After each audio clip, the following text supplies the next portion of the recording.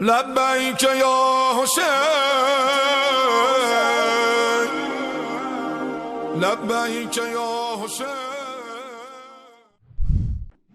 من الشیطان الرجیم بسم اللہ الرحمن الرحیم الحمد للہ رب العالمین بارئ الخلائق اجمعین والعاقبۃ لأہل التقوی والیقین الصلاۃ والسلام علی سید الانبیاء والمرسلین سیدنا و مولانا ابی القاسم محمد اللہم صلی علی محمد و آل محمد ثم الصلاۃ والسلام علی اہل بیتہ الطیبین الطاہرین المعصومین اما بعد فقد قال اللہ سبحانہ وتعالی فی کلامہ المجید وفرقانہ الحمید وہو اصدق الصادقین بسم اللہ الرحمن الرحیم قل لا اسألکم علیہ اجرا الا المودۃ فی القربہ وقال رسول اللہ الفاطمۃ بضعۃ منی من آذاها فقد آذانی۔ محترم ناظرین و ناظرات، عشرہ فاطمیہ کی تیسری مجلس عزا المہدی ٹی وی سے آپ حضرات و خواتین کی خدمت میں پیش کی جا رہی ہے، اور آج کی مجلس آپ تک جو پہنچ رہی ہے اس میں تعاون فرمایا ہے میاں محمد حسین صاحب نے اور ان کی اہلیہ بہن عابدہ حسین صاحبہ نے اور ان کے فرزندان ارجمندان نے، جو پینسلوینیا سے تعلق رکھتے ہیں اور ہمارے المہدی فاؤنڈیشن کے المہدی ٹی وی کے معاونین میں شمار ہوتے ہیں۔ انہوں نے ہمیں وزٹ بھی کیا المہدی ٹی وی کو نیو جرسی میں، اور مسلسل وہ ہمارے ساتھ تعاون فرماتے ہیں۔ ہم ان کے شکر گزار ہیں۔ ان کے فرزند سلمان کا چیک ہمیشہ سب سے پہلے ہمارے میل باکس میں پہنچتا ہے۔ غریب یتیم بچوں کی مدد بھی انہوں نے ہمیشہ کی ہے، اور المہدی ٹی وی المہدی فاؤنڈیشن کے معاونین میں بھی ہیں۔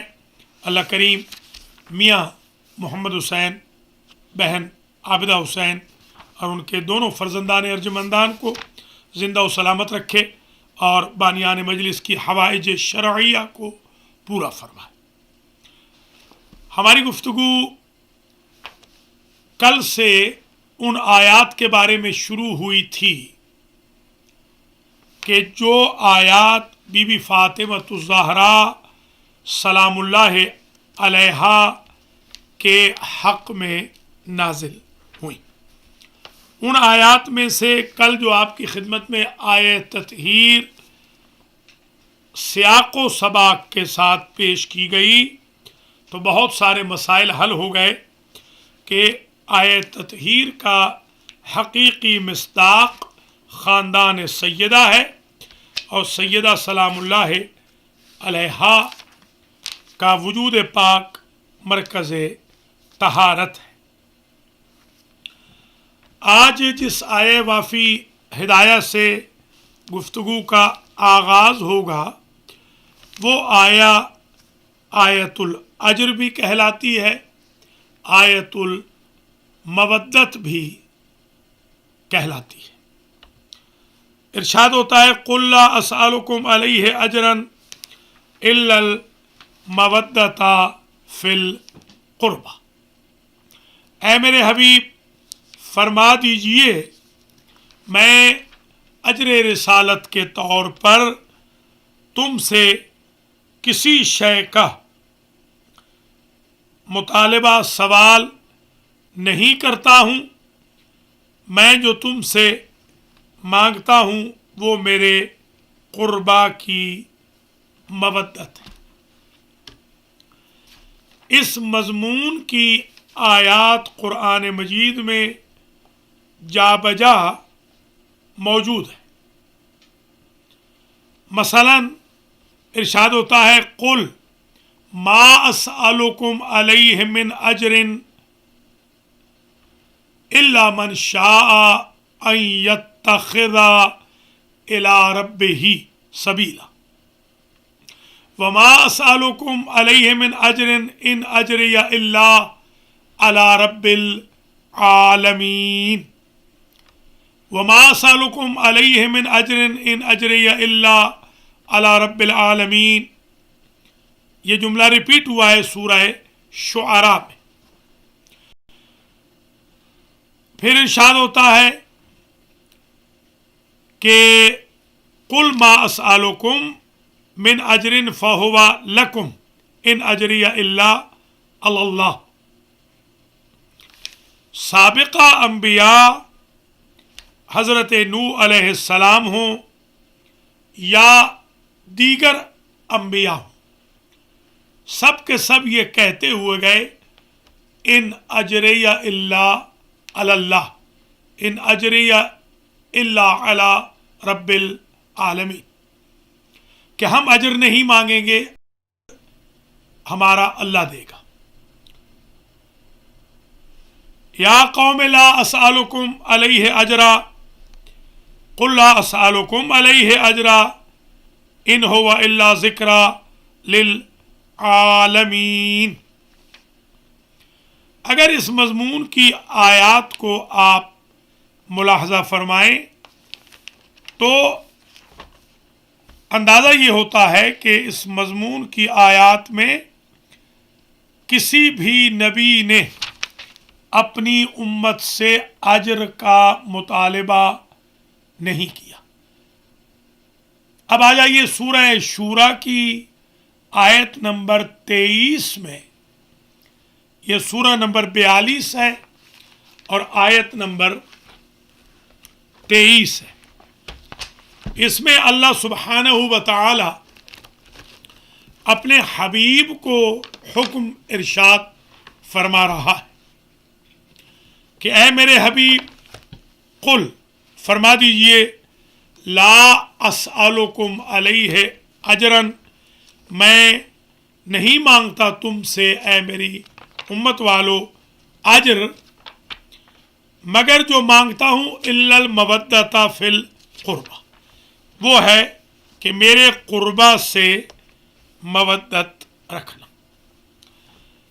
اس آئے وافی ہدایہ کو جب دیکھا جائے تو یہ آیت بھی مکمل نہیں ہے، ٹکڑا ہے. یہ عموماً یہی ٹکڑا ہم نے پڑھا سنا مجالس کے اندر اور پوری بحث سیاق و سباق سے نہیں ہوئی.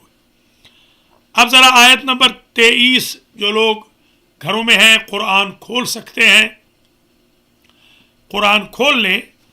اور یہ کیونکہ بی بی پاک کی مجالس ہیں تو ہمارے اساتذہ ارشاد فرماتے تھے مجلس حسین ہو، مجلس سیدۃ النساء العالمین ہو، ائمہ اطہار کی یاد میں جو بھی مجالس ہوں ان میں مومنین مومنات کو باوضو شرکت کرنی چاہیے. اگر آپ باوضو نہ بھی ہوں تو کم از کم اپنے فونز کی اسکرین پر، کمپیوٹر کی اسکرین پر آپ یہ دیکھ سکتے ہیں یا ٹچ کیے بغیر قرآن مجید دیکھ لیں، یا اگر آپ نہیں دیکھنا چاہتے تو سماعت فرما لیں. ذالک الذی یبشر اللہ عبادہ الذین آمنوا وعملوا الصالحات. اس سے پہلے اللہ نے فرمایا تری الظالمین مشفقین مما کسبوا وہو واقع بہم. اے میرے حبیب آپ دیکھیں گے قیامت کے دن ظالموں کو کہ وہ عذاب کے ڈر سے سہمے پھرتے ہوں گے، اپنے کیے ہوئے اعمال کے عوض واقع ہونے والے عذاب سے وہ ڈر رہے ہوں گے جو ان پر آ پڑے گا. والذین آمنوا وعملوا الصالحات فی روضات الجنات. اور وہ لوگ جو مومن ہوئے اور انہوں نے عمل صالح کیے وہ روضات الجنات میں ہوں گے، جنتوں کے حجروں میں ہوں گے. روضہ دراصل کہتے ہیں حجرے کو روضہ باغ کو بھی کہتے ہیں، خود روضہ، یہ جو روضہ ہوتا ہے ائمہ اطہار کا روضہ، نبی پاک کا روضہ، بی بی پاک کا روضہ کیوں نہیں، روضۃ من ریاض الجنہ، جنت کے باغوں میں سے ایک باغ ہے۔ جنات بھی باغوں کو کہتے ہیں، روضات الجنات وہ بڑی جنتوں کے چھوٹے باغوں، باغیچوں میں ہوں گے۔ لہم ما یشاءون عند ربہم، جو کچھ وہ چاہیں گے اللہ انہیں دے گا۔ ذالک ھو الفضل الکبیر، یہ آیت نمبر 22 ہے سورہ شورى کی۔ ذالک الذی یبشر اللہ عبادہ الذین آمنوا وعملوا الصالحات، یہ وہ گفٹ ہے، یہ وہ عنایت ہے جس کی بشارت اللہ دیتا ہے اپنے مومن بندوں کو جو عمل صالح بھی کرے۔ اس کے بعد ارشاد ہوا، قل لا اسألکم علیہ اجرا الا المودۃ فی القربى، اے میرے حبیب فرما دیجئے تبلیغ رسالت کے عوض تم سے میں کچھ نہیں مانگتا ہوں، مگر میں مانگتا ہوں مودت رکھو فی القربى، میرے قربہ سے۔ آگے جو اقتباس ہے آیت نمبر 23 کا، وَمَن يَقْتَرِفْ حَسَنَةً نَزِدْ لَهُ فِيهَا حُسْنًا، اور جو نیکی حاصل کرے اس کے لیے ہم اور اضافہ کر دیتے ہیں نیکی میں۔ ان اللہ غفور شکور، تحقیق اللہ غفور بھی ہے شکور بھی ہے۔ اب یہاں پر جب ہم نے سیاق و سباق سے آیت کو پڑھا تو ایک بات واضح ہو گئی کہ تذکرہ ہو رہا تھا اچھے لوگوں کا جو روضات الجنات میں ہوں گے، ان کے انعام کا، اکرام کا، ان کے تحفے تحائف کا، ان کی بشارتوں کا، اور آخر میں بھی کہا اگلے اقتباس میں آیت کے اینڈ میں، وَمَن يَقْتَرِفْ حَسَنَةً نَزِدْ لَهُ حُسْنًا، کہ جو نیکی کرے گا اس کی نیکی کو ہم، یعنی خالق فرما رہا ہے، اور اضافہ کر دیں گے۔ ایک بات طے ہو گئی کہ یہ اجر رسالت ہے بھی نیکی، اور جتنا انسان کرتا جائے گا اللہ اس میں اضافہ فرماتا جائے گا۔ اب سمجھ میں آتی ہے بات کہ حضور اکرم صلی اللہ علیہ وآلہ وسلم سے جناب عائشہ نے پوچھا، یا رسول اللہ آپ کو حسین سے بہت پیار ہے؟ تو آپ نے ارشاد فرمایا، عائشہ میرے حسین کی جو ایک زیارت کرے گا اسے اللہ ایک حج کا ثواب دے گا۔ بی بی نے استعجاباً پوچھا، ایک حج؟ فرمایا 2، بڑھتے بڑھتے 10 تک پہنچے۔ فرمایا عرض کیا 10 حج؟ رسول نے کہا 20۔ عرض کیا 20؟ آپ نے فرمایا 30، حتیٰ کہ 90 تک پہنچے، اور حضور نے کہا بی بی آگے پوچھتی نہیں۔ یہ آیت بتا رہی ہے وَمَن يَقْتَرِفْ حَسَنَةً نَزِدْ لَهُ حُسْنًا، جو متلاشی ہو نیکی کا ہم خالق ہوتے ہوئے اس نیکی میں اضافہ کر دیتے ہیں۔ حضرت سلمان فارسی رضوان اللہ تعالی علیہ کا یہ جملہ ہے۔ کل جو میں نے عرض کیا تھا کہ میں نے 1000 سے زیادہ لوگوں کو دعائے نور کی تلاوت دی جو میں نے بی بی فاطمہ سے حاصل کی تھی، اور 1000+ لوگ سارے کے سارے شفا یاب ہو گئے۔ کچھ ہمارے بھائی بہنوں کی ای میلز، SMS میسیجز آئے تھے کہ اس دعائے نور، سورہ نور اور ہے، دعائے نور اور۔ سورۃ النور تو قرآن مجید میں ہے، نور علی نور جس میں آتا ہے۔ دعائے نور آپ کی فرمائش پر میں پڑھ دوں، جس سے 1000+ لوگوں کو شفا ملی، تاکہ ہمارے بھی جو ہزاروں لوگ سن دیکھ رہے ہیں اللہ ان کو اس دعا کے صدقے میں شفا یاب فرمائے۔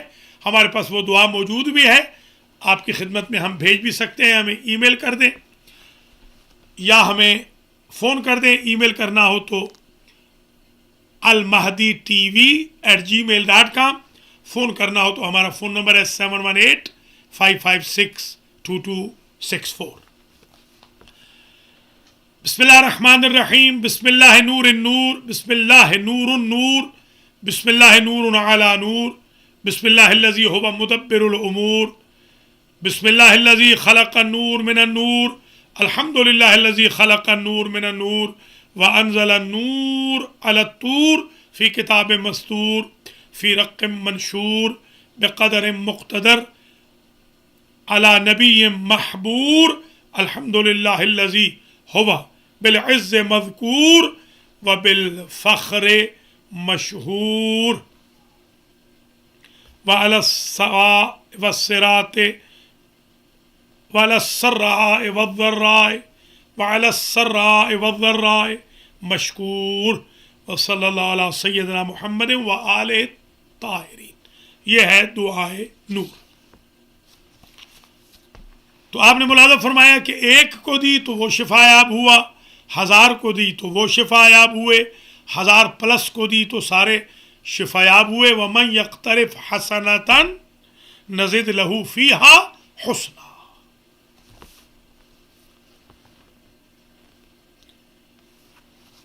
یہ سورہ شورى کی آیت نمبر 23 جس کی تلاوت کا شرف آپ کی خدمت میں حاصل کیا گیا، اس کا یہ اقتباس قُلْ لَا أَسْأَلُكُمْ عَلَيْهِ أَجْرًا إِلَّا الْمَوَدَّةَ فِي الْقُرْبَى،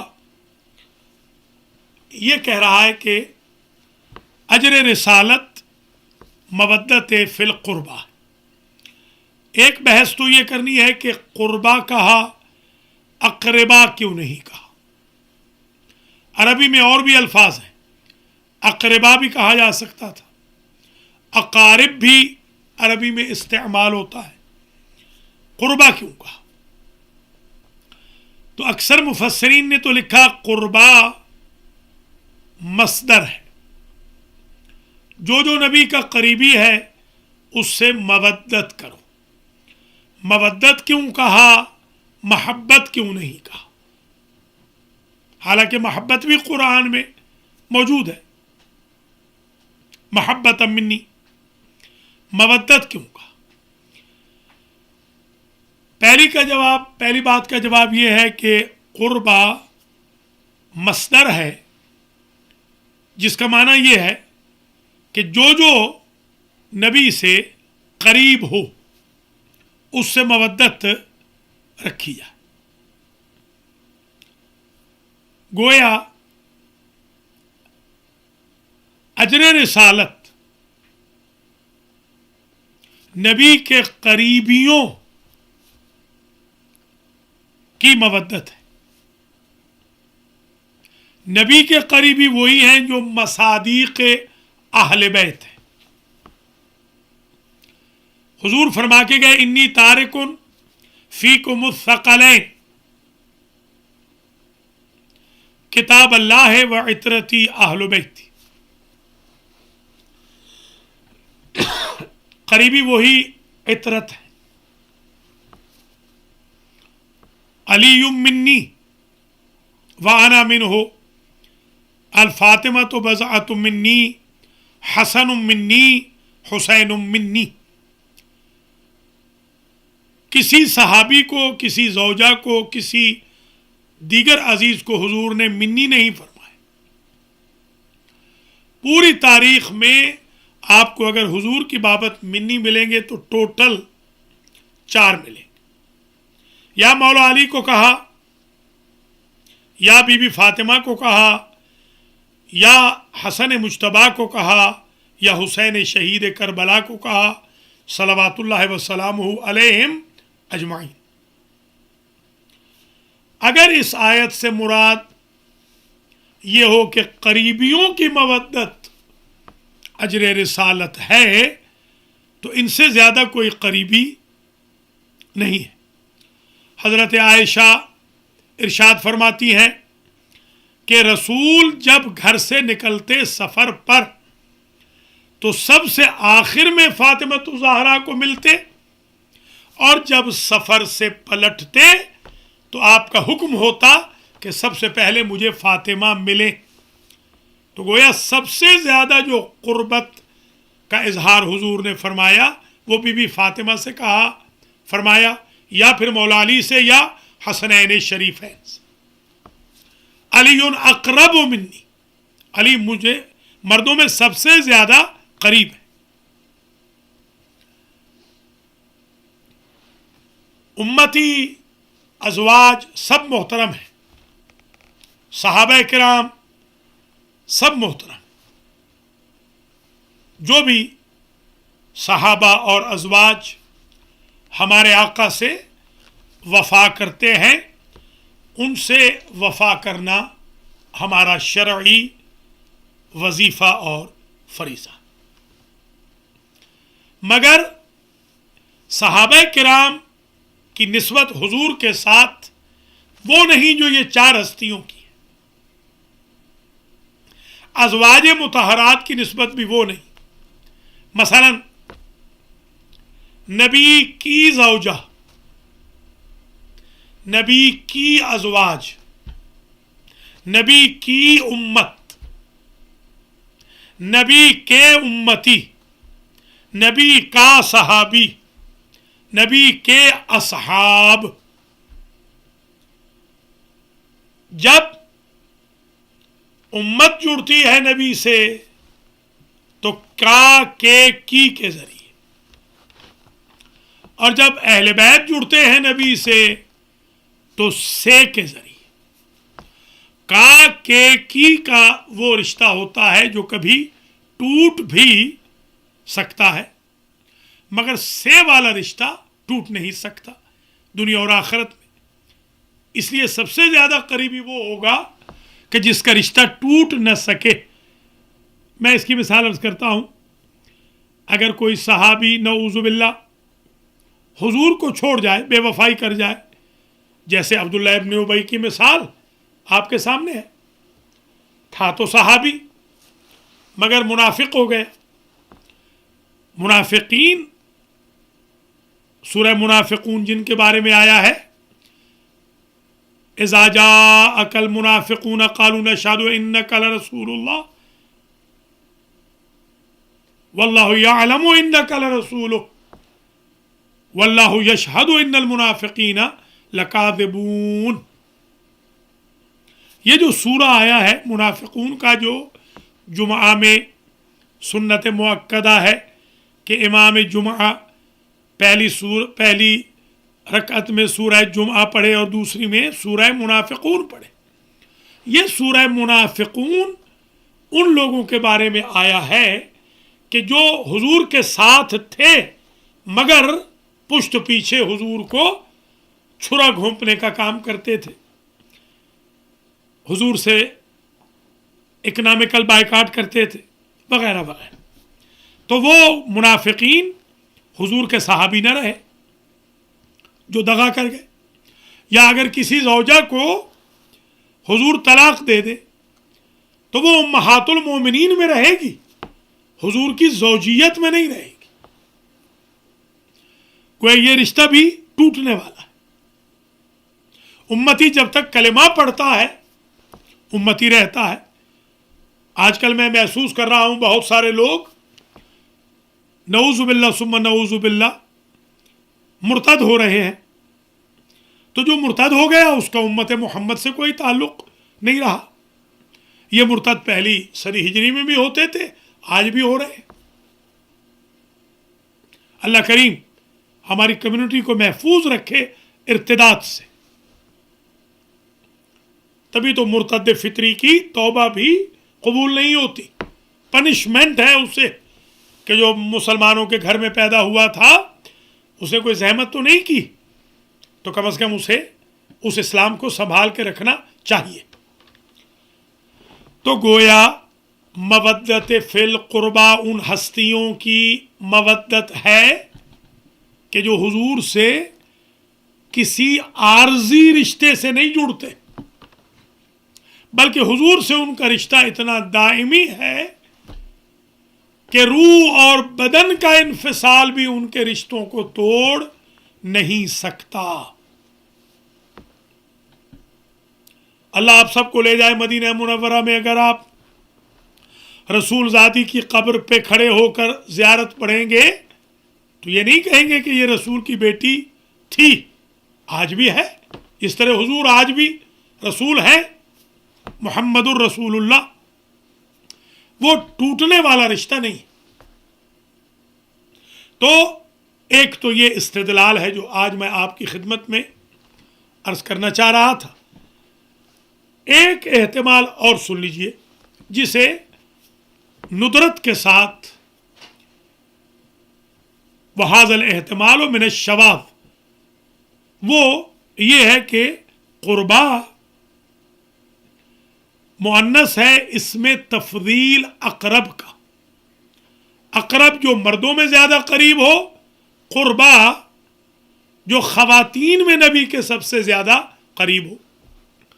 اس احتمال کے بعد وہ احتمالات خود بخود دم توڑ جائیں گے کہ نبی کی بیٹیاں 4 تھیں۔ اگر 4 ہوتی تو پھر قربیات آتا۔ قربا اگر سنگولر کا صیغہ آیا ہے تو اس کا مطلب یہ ہے کہ بیٹی 1۔ استدلال کے طور پر ایک آیت پیش کر دوں، وَمَا أَرْسَلْنَاكَ إِلَّا رَحْمَةً لِّلْعَالَمِينَ۔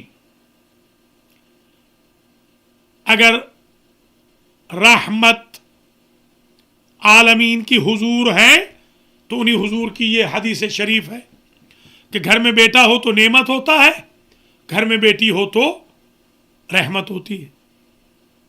تو گویا جو کائنات کی رحمت ہے ان کی اپنی رحمت فاطمہ۔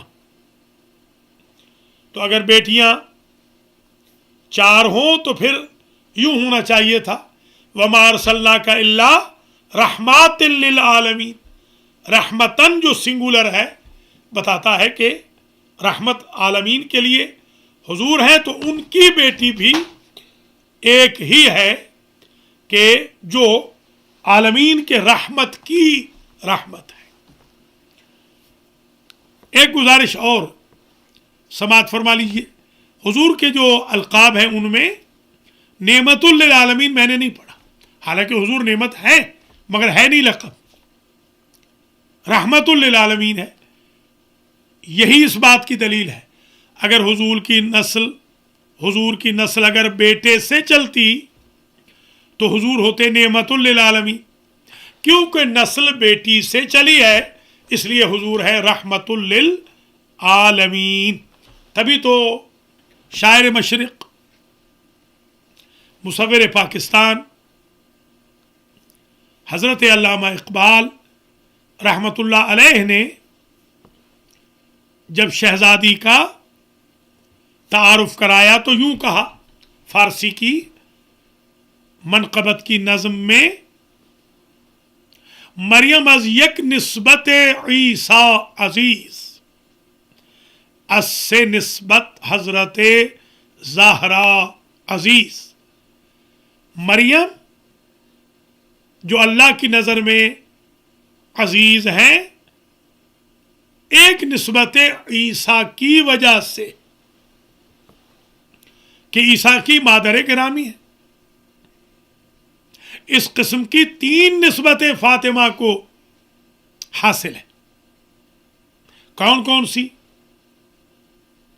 نور چشم رحمت للعالمین، امام اولین و آخرین۔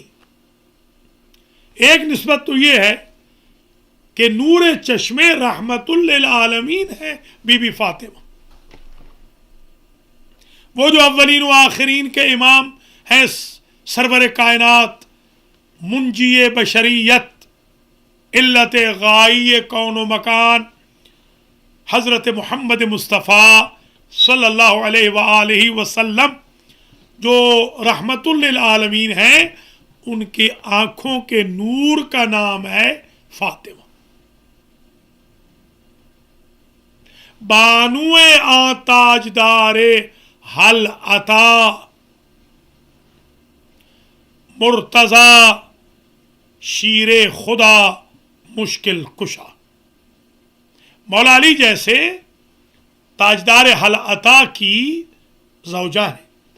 سورہ دہر جن کے خاندان کے لیے نازل ہوا، جس کے سر پر تاج کے طور پہ سجدہ ہے سورہ حل عطا، ان علی شیر خدا مرتضی مشکل کشا کی بانو ہیں. فارسی میں بانو کہتے ہیں زوجہ کو.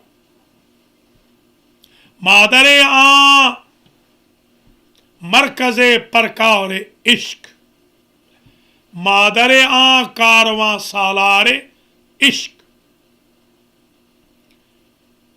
ان حسن مجتبیٰ کی ماں جو عشق الہی اور عشق نبوی کی پرکار کا نقطۂ مرکزی ہے، اور ان حسین ابن علی کی مادر گرامی جو کاروان عشق الہی اور کاروان عشق نبوت کے سالار ہیں. ذرا ملاحظہ فرمائیے، علامہ اقبال نے اپنی اس منقبت کی نظم میں کیا خوبصورت نقشہ کشی فرمائی ہے.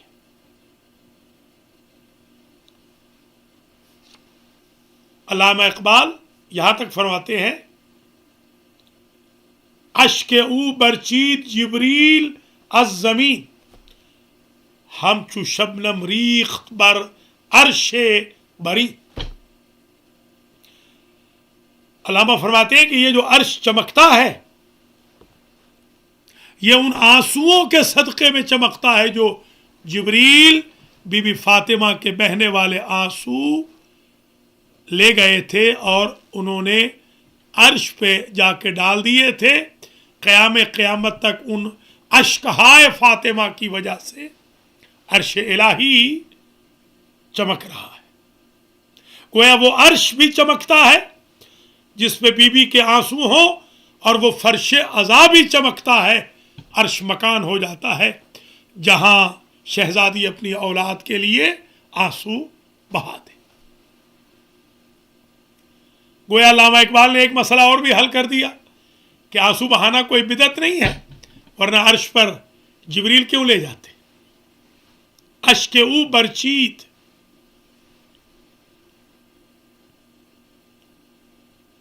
محترم ناظرین و ناظرات، علامہ اقبال نے اپنی اس نظم میں جو بڑی طویل ہے، ظاہر ہے کہ اگر ہم صرف اشعار پہ ایک مجلس پڑھیں تو بھی کم ہے، بلکہ اشرا پڑھیں تو کم ہے.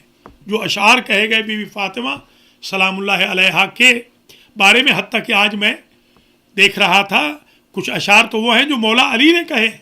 انشاءاللہ میں 7 اور 8 مارچ کی جو مجالس پڑھ رہا ہوں واشنگٹن اور نیو یارک میں، ان میں پہلی مرتبہ وہ اشعار بھی پڑھوں گا جو مولا علی علیہ السلام نے بی بی پاک کے بارے میں پڑھے تھے.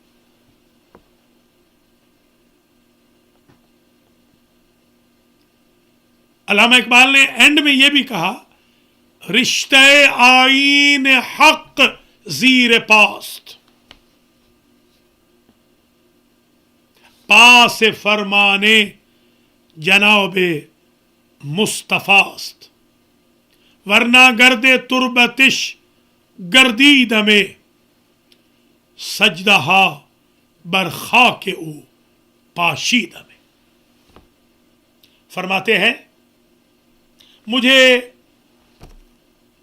رشتہ آئین حق زیر پاست، آئین اسلام، کانسٹیٹیوشن آف ریلیجن کی چین میرے پاؤں میں، زنجیر میرے پاؤں میں ہے،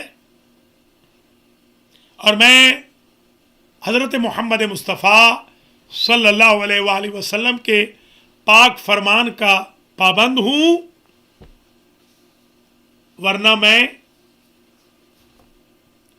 طواف کے لیے کعبے نہ جاتا، بلکہ اسی معظمہ کی قبر کا طواف کرتا اور عمر بھر اسی کی قبر پہ سجدہ ریز رہتا. مجبور ہوں کہ حکم الہی ہے اور حکم نبوی ہے کہ کعبہ بھی جانا ہے اور سجدہ بھی اللہ کو کرنا ہے قبلہ رخ ہو کر، ورنہ میرا کعبہ بھی یہی ہوتا اور میری مسجد بھی یہی ہوتی۔ ملاحظہ فرمائیں کہ علامہ اقبال رحمۃ اللہ علیہ نے عقیدت کے کیسے پھول نچھاور کیے۔ ایسے تو نہیں آیت اللہ العظمیٰ سید علی خامنائی مد ظلہ العالی فرماتے ہیں کہ من مرید اقبال است، میں اقبال کا مرید ہوں۔ جن کی تقلید میں دنیا ہے وہ فرما رہے ہیں کہ میں مرید اقبال ہوں۔ محترم ناظرین و ناظرات، آپ ملاحظہ فرما رہے ہیں عشرہ فاطمیہ کی تیسری مجلس جو المہدی ٹی وی سے آپ کی خدمت میں لائیو نشر کی جا رہی ہے۔ انشاءاللہ آپ ریپیٹ بھی دیکھیں گے، یوٹیوب پہ بھی دیکھیں گے۔ آج کی مجلس آپ تک پہنچانے میں ہمارے ساتھ جن اسپانسرز نے تعاون فرمایا ہے، میاں محمد حسین صاحب اور سسٹر عابدہ حسین صاحبہ نے، اللہ کریم ان دونوں کو اور ان کے بچوں کو زندہ و سلامت رکھے، اور بہن عابدہ حسین کے والدین کو شفا یاب فرمائے، اور ان میاں فیملی کے مرحومین مرحومات کی مغفرت فرمائے، اور ان کے رزق و مال میں برکت دے، اور ان کے بچوں کے لیے آسانیاں پیدا فرمائے، اور دونوں میاں صاحب اور بہن عابدہ کو اللہ صحت کلی عطا فرمائے۔ آج ہم آپ کی خدمت میں کچھ آیات کا سلسلہ پیش کرنا چاہتے ہیں، مگر بیچ میں بات آ گئی تھی علامہ اقبال رحمۃ اللہ علیہ کی، تو ہم نے ایک نظم حافظے کی مدد سے کچھ اشعار اس کے آپ کی خدمت میں پیش کر دی۔ بحث یہاں سے آگے گئی تھی کہ سورت شورا کی آیت نمبر 23 میں اجر رسالت منحصر ہو رہا ہے قربہ میں، یعنی وجود فاطمہ اور خاندان فاطمہ میں۔ یہ دوسری بات اس لیے بھی مجھے ندرت کے باوجود بھلی لگی ہے کہ اگر ہم یہ کہیں کہ جو بھی نبی کا قریبی ہے اس سے مودت کرو، یہ اجر رسالت ہے، تو پھر تو ابو لہب سے بھی مودت کرنی پڑے گی کیونکہ وہ تو سگا تایا ہے وغیرہ۔ اب ایک اور بات سمجھ لیجئے کہ مودت کیوں کہا، محبت کیوں کہا۔ عربی میں محبت اور مودت میں کچھ فرق ہے۔ محبت کہتے ہیں کچھ جانب سے پیار کو، مودت کہتے ہیں ہر جانب سے پیار کو۔ ایک ادا یا چند اداؤں سے انسان کو پیار ہو تو وہ محبت ہوتی ہے، ہر ادا سے انسان کو پیار ہو تو وہ مودت ہوتی ہے۔ محبت میں سیلفش موٹیو درکار ہوتا ہے، ٹٹ فار ٹیٹ۔ یہ تو ہو نہیں سکتا کہ کوئی نفرت کر رہا ہو تو اس سے محبت کی جائے، مگر مودت میں ریسپانس ہوتا ہی نہیں، ون وے محبت کا نام ہے مودت۔ اس کی چھوٹی سی مثال میں عرض کروں گا عام فہم، تاکہ جوان اور بچے بھی سمجھ جائیں۔ مچھلی کو پانی سے مودت ہے، یہی وجہ ہے کہ وہ مر جاتی ہے، اس کو کھا لیا جاتا ہے، مگر جس پیٹ میں جاتی ہے پانی پانی کہتی ہے۔ اس کا مطلب یہ ہے کہ موت بھی مچھلی کا رشتہ پانی سے توڑ نہ سکی۔ تو اب سمجھ میں آئی بات، ایسی محبت مانگی گئی اہل بیت رسول کے ساتھ کہ انسان مرتا مر کیوں نہ جائے، محبت میں فرق نہ آئے۔ اب ریلیٹ کرنا چاہ رہا ہوں، حضور نے جو فرمایا من مات علی حب آل محمد مات شہیدا، جو آل محمد کی محبت میں مر گیا وہ شہید مر گیا، یعنی مرنے کے بعد بھی محبت باقی ہے، تبھی تو اس کا سٹیٹس شہید کا ہے، زندہ کا ہے۔ تلقین مردوں کو تو نہیں ہوتی، تلقین تو زندہ کو ہوتی ہے۔ یہ جو ہم یا فلاں ابن فلاں اسما افہم کہتے ہیں، اپنے مرنے والوں کو زندہ سمجھتے ہیں، یہ جو ہم درود و سلام کے قائل ہیں اپنے مرنے والوں کو زندہ سمجھتے ہیں، ورنہ بہت سارے ایسے لوگ ہیں ان کے پاس توفیق بھی ہوتی ہے، قرآن بھی پڑھتے ہیں، مگر وہ اپنے مرحومین کو نہیں بخشتے، اس لیے کہ وہ ان کو فنا سمجھتے ہیں۔ ہم سمجھتے ہیں کہ حب آل محمد کے صدقے میں ہمارا مرنے والا تو زندہ ہے، جاوید ہو گیا، شہید ہے، شہید تو زندہ ہوتا ہے، عند ربہم یرزقون۔ محترم ناظرین و ناظرات، یہ ہے مودت۔ دامن وقت میں گنجائش نہیں، ورنہ میں مودت کی ساری آیتیں جو ود اور مودت کے بارے میں ہے پڑھتا۔ اتنا آج سمجھ لیجئے کہ مودت ہر جانب سے پیار کو کہا جاتا ہے۔ آج آپ دیکھ نہیں رہے آل محمد کی ماننے والی قوم کو بموں کے ذریعے، گولیوں کے ذریعے، سوسائڈ اٹیکس کے ذریعے آل محمد سے دور نہیں کیا جا سکا۔ آپ تصور نہیں کر سکتے جس شام میں یزید کی اور خاندان یزید کی حکومت رہی ہو، آج وہاں یزید کا نام لینے والا کوئی نہیں۔ آپ تصور نہیں کر سکتے جس ملک عراق میں صدام اور اس کے پیشرو 35 سال تک حکمران رہے ہوں، وہاں ان کا کوئی ویل وشر نہ ہو۔ ذرا غور کریں آپ، یہ حب آل محمد ہے کہ جس نے الٹ پلٹ دیا، مختار کی شکل میں منتقم آل محمد آیا اور اس نے یزیدیوں کو تہس نہس کر دیا، اور صدام کو محبان اہل بیت نے کیفر کردار تک پہنچا دیا۔ شاہ ایران ٹینک چڑھاتا تھا مجالس حسین پر، مگر وہ کامیاب نہ ہو سکا، حب اہل بیت جیت گئی۔ تو مودت جو اہل بیت کی ہے وہ پرماننٹ مودت، وہ انسان میں جذبہ پیدا کرتی ہے، قمبر کا، میسم کا، کمیل کا، سلمان کا، بوذر کا، مقداد کا، صہیب کا، عمار یاسر کا، بلال حبشی کا، وغیرہ۔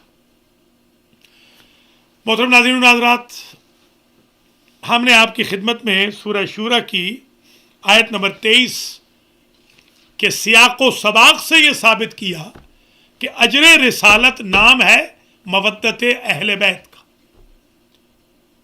اہل بیت عصمت و طہارت کی محبت کا، جن کا سنٹرل نقطہ بی بی فاطمہ الزہرا سلام اللہ علیہا۔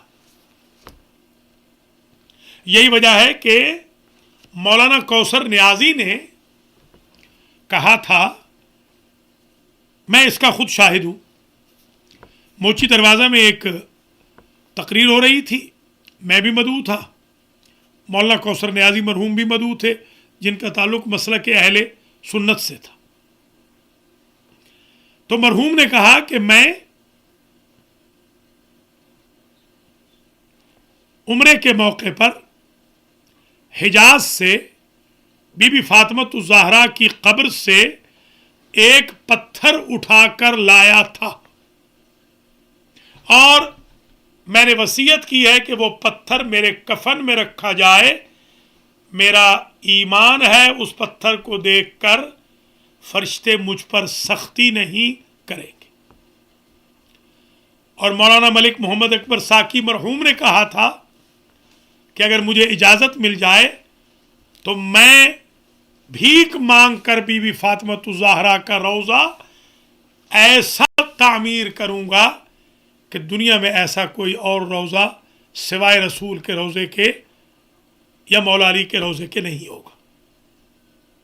شیعہ اور سنی سب میں ایک عقیدت ہے جناب فاطمہ الزہرا سلام اللہ علیہا کے ساتھ۔ حضرت صائم چشتی نے ایک بہت ضخیم کتاب لکھی ہے، البتول، وہ کمال کی کتاب ہے۔ انشاءاللہ میں کچھ کتابوں کا تعارف بھی آپ کی خدمت میں ضرور کراؤں گا۔ جیسے ہمارے ایک معاصر بزرگ نے، آیت اللہ قزوینی نے، ایک کتاب لکھی، الفاطمہ تو من المہد الی اللحد، فاطمۃ الزہرا گہوارے سے لے کر قبر تک، یہ پہلی وہ کتاب تھی زمانہ طالب علمی میں، 80s میں نے اسے پڑھا تھا، اور پہلی تقریریں جو میں نے قم کی زندگی میں کی وہ اسی کتاب سے مطالعہ کر کے کی تھی۔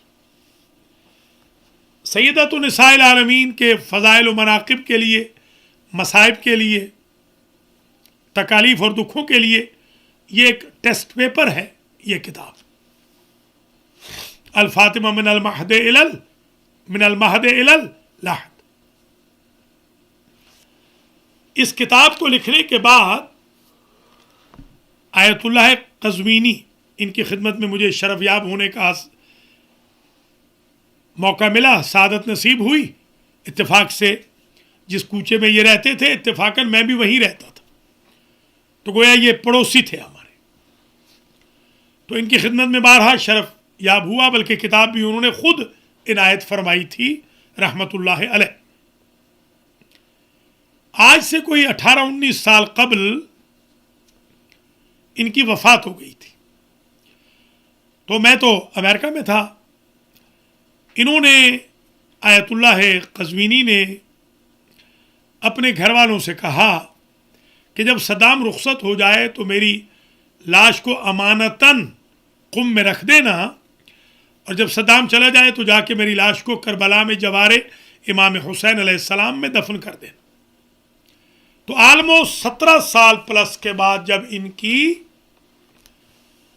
قبر کھودی گئی اور لاش نکالی گئی تو ان کا کفن بھی میلا نہیں ہوا تھا، اس کی ویڈیو باقاعدہ اور اس کی پکچر یوٹیوب پہ بھی موجود ہے۔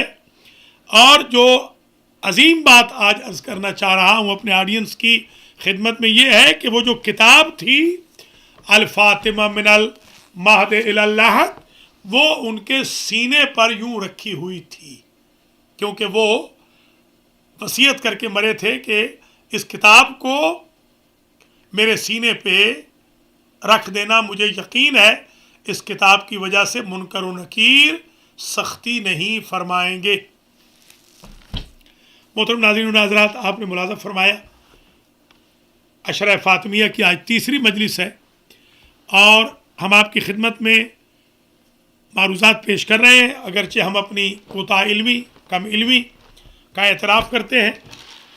جس طریقے سے خدمت کرنی چاہیے شروع کرتا ہوں، مگر دیکھتا ہوں کہ گھنٹہ گزرنے کو ہوتا ہے۔ بہرحال چند منٹ اور جو میں آپ کی خدمت میں ہوں، چاہتا ہوں کہ ایک اور کتاب کا تعارف بھی کرا دوں، پھر میں آیتیں پڑھتا ہوں۔ وہ کتاب اعلموا انی فاطمہ ہے، اس کا نام ہے اعلموا انی فاطمہ، اور یہ 10 جلدوں پہ مشتمل ہے، 10 جلدیں میرے پاس یہ کتاب موجود ہے، اور یہ میرے ایک قریبی دوست ہیں علامہ شیخ عبدالحمید مہاجر حافظہ اللہ، جنہوں نے اس کتاب کو لکھا ہے، اور انہوں نے خود یہ کتاب مجھے عطا بھی فرمائی۔ پہلے یہ لبنان میں ہوتے تھے صدام کے دور میں، پھر یہ شام میں رہے، میری ان سے ملاقاتیں رہیں شام میں بھی، اور پھر عراق میں، آج کل یہ عراق میں کربلا معلی میں رہتے ہیں، اور پوری دنیا میں اشہر خطیب ہے، عربی میں سب سے بڑے خطیب۔ ان کی اس کتاب میں بھی عجیب و غریب مواد ہے، انشاءاللہ آپ کی خدمت میں جو میں کچھ مواد پیش کر رہا ہوں، ظاہر ہے انہی کتب سے ماخوذ پیش کر رہا ہوں، اور جو میں نے کتاب بھی لکھی ہے، ساری کتابوں کا خلاصہ میں نے لکھا ہے الحمدللہ۔ کچھ بہنوں نے مجھے کہا ہے کہ وہ اس میں حصہ ڈالیں گی، میں ان کے لیے دعا گو ہوں۔ ایک بہن نے $500 اتفاق سے کل ہی کال کی ہے اور کہا ہے کہ میں $500 اس بابت دوں گی۔ $3000 ٹوٹل خرچہ ہے اس کا، انشاءاللہ باقی ڈونیشن آ جائے گا تو اللہ کے فضل و کرم سے یہ کتاب جلد چھپوا دی جائے گی۔ آئیے اب ذرا آیتوں کی طرف توجہ کرتے ہیں۔ اب تک تینوں مجالس میں آپ کی خدمت میں جو آیات پیش کی گئیں، ان میں ایک سورہ شورى کی آیت نمبر 23،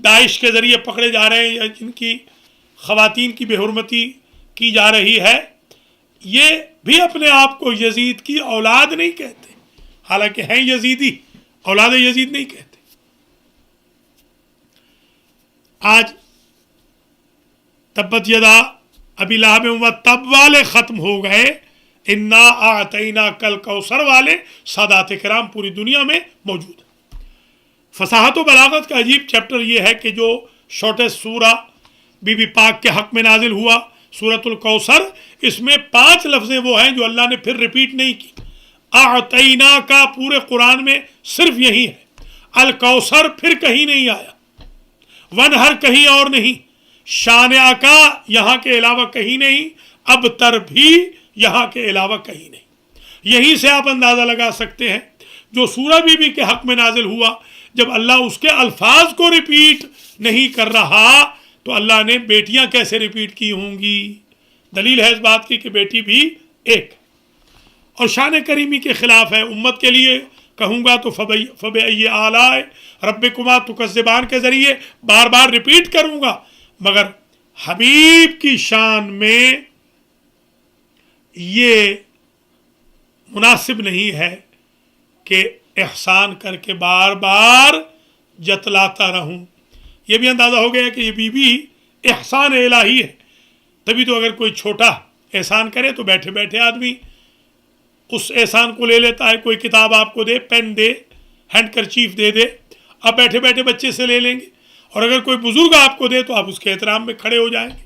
اب اندازہ ہوا کیونکہ بی بی فاطمہ عطیہ الہی تھی، یہ جو حضور کھڑے ہوتے تھے اس دینے والے کے احترام میں کھڑے ہوتے تھے کہ معطی اتنا بزرگ ہے کہ اس عطیہ کے لیے، اس کوثر کے لیے رحمت للعالمین کو بھی کھڑے ہو جانا چاہیے۔ محترم ناظرین و ناظرات، آج کی حد تک ہماری گفتگو آخری مرحلے میں آ گئی ہے۔ انشاءاللہ اب اگلی تقریر چوتھی مجلس سے عزا ایام فاطمیہ کی انشاءاللہ نیکسٹ وینڈسڈے کو ہوگی۔ وینڈسڈے اللہ کے حکم سے چوتھی تقریر ہوگی انشاءاللہ العزیز۔ ہم آپ حضرات و خواتین کو دعوت دیں گے کہ ان 3 مجالس کو ذرا عام کر دیجئے، اور تینوں مجالس کے بانیان کے لیے دعا کرتے ہیں۔ پہلی مجلس کو فیروز بخاری صاحب، نیلم بخاری صاحبہ نے اسپانسر کیا تھا، دوسری کو ملکہ آپا موسوی نے، موسوی فیملی نے، اس میں الحاج ماجد حسین موسوی صاحب بھی شامل ہیں، انہوں نے اسپانسر کیا تھا، اور آج کی مجلس کو میاں محمد حسین صاحب، بہن عابدہ حسین صاحبہ اور ان کے فرزندان ارجمندان نے اسپانسر کیا ہے۔ اللہ تینوں مجالس کے اسپانسرز کو زندہ و سلامت رکھے۔ بدھ والی مجلس کو اسپانسر کرنا چاہیں تو آپ ہمارے آفس میں رابطہ فرما سکتے ہیں۔ ابھی میں چند ہی جملوں کے بعد مصائب پڑھوں گا، مصائب کے بعد دعا کروں گا، دعا کے بعد آپ کال فرما سکتے ہیں۔ جب دعا ختم ہو جائے آپ کال کر سکتے ہیں 718-556-2264 پر۔ آپ تیسری مجلس عزا ایام فاطمیہ کی سننے دیکھنے کے بعد کوئی سوال ہو اس سلسلے میں تو آپ فرما سکتے ہیں۔ آج کی تقریر کا خلاصہ یہ ہوا کہ مودت فی القربہ سے مراد وجود فاطمہ اور خاندان فاطمہ، آیت تطہیر کا مصداق بی بی فاطمہ اور ان کا خاندان ہے، اور اس کی دلیل یہ ہے کہ جب جبریل نے اللہ سے پوچھا تھا، حدیث شریف کے سامنے ہے کہ یہ کون ہے چادر کے نیچے والے، تو اللہ کی ذات نے فرمایا ہم فاطمہ تو و ابوہا و بعلوہا و بنوہا، یہ فاطمہ ہیں، ان کے بابا ہیں، ان کے شوہر ہیں، ان کے بیٹے ہیں۔ مرکزیت فاطمہ پہ ہے۔ بعض رشتے ڈائریکٹ ہوتے ہیں، بعض انڈائریکٹ۔ فاطمہ واحد رشتہ ہے جو رسالت سے بھی ڈائریکٹ ہے، امامت سے بھی ڈائریکٹ۔ اور یہ بھی یاد رہے، واضح رہے کہ اگر کوئی سودا آپ بازار سے لے آئے، یا شاپ رائٹ ہے، وال مارٹ ہے، لوب ہے، بڑے بڑے یہاں پر مالز ہیں، فوڈ ٹاؤنز ہیں، سی ٹاؤنز ہیں، آپ گئے اور آپ نے پرائس نہیں دی تو آپ کو دھر لیا جاتا ہے۔ کیوں؟ اس لیے کہ آپ نے سودا خرید کر لیا، قیمت ادا نہیں کی۔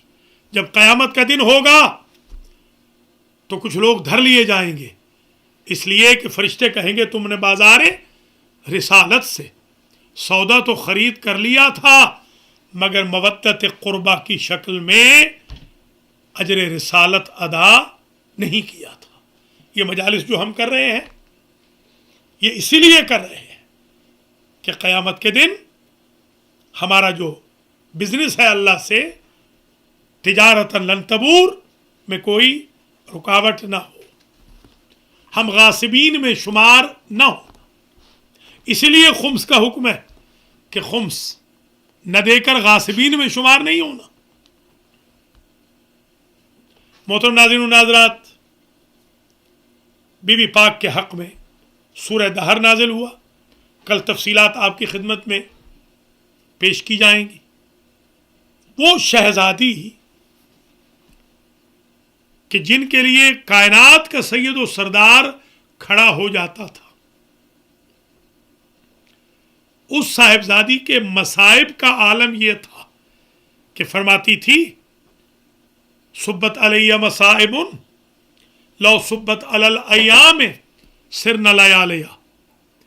بابا آپ کی وفات کے بعد مجھ پہ وہ مصیبتیں نازل ہوئیں کہ اگر دنوں پہ پڑتی تو سیاہ راتوں میں بدل جاتے۔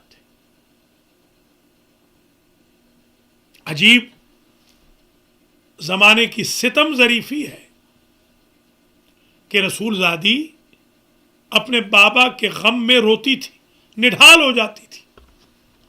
مدینہ کے لوگ مولا علی کے پاس آئے، آ کر کہتے اپنی زوجہ سے کہیے یا دن میں روئے یا رات میں روئے۔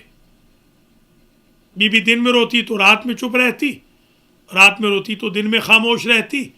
پھر اتنا بھی برداشت نہ ہوا، کہنے لگے اپنی زوجہ سے کہیے یا علی کہ وہ مدینہ کے باہر جا کے روئے۔ مولا علی نے ایک بیت الحزن بنایا تھا، پہلے درخت تھا پھر حجرہ بنایا گیا جہاں بی بی اپنے بابا کو جا کے روتی تھی۔ حل جزاء الاحسان الا الاحسان، قرآن کہتا ہے نیکی کا بدلہ نیکی ہے۔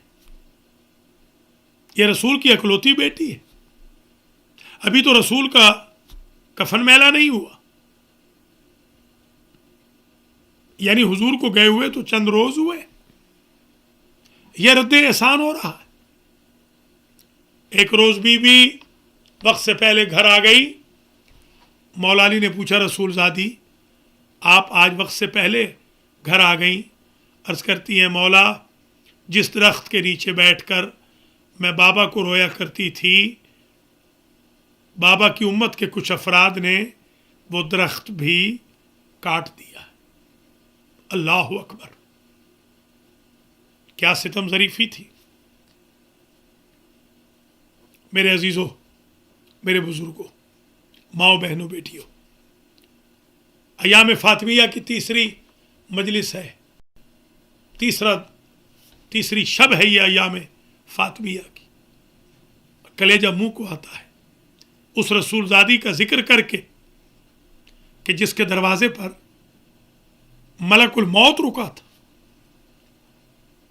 جس کے دربان بن کر رضوان ایک بہت بڑا آفیسر تھا فارن آفس کا۔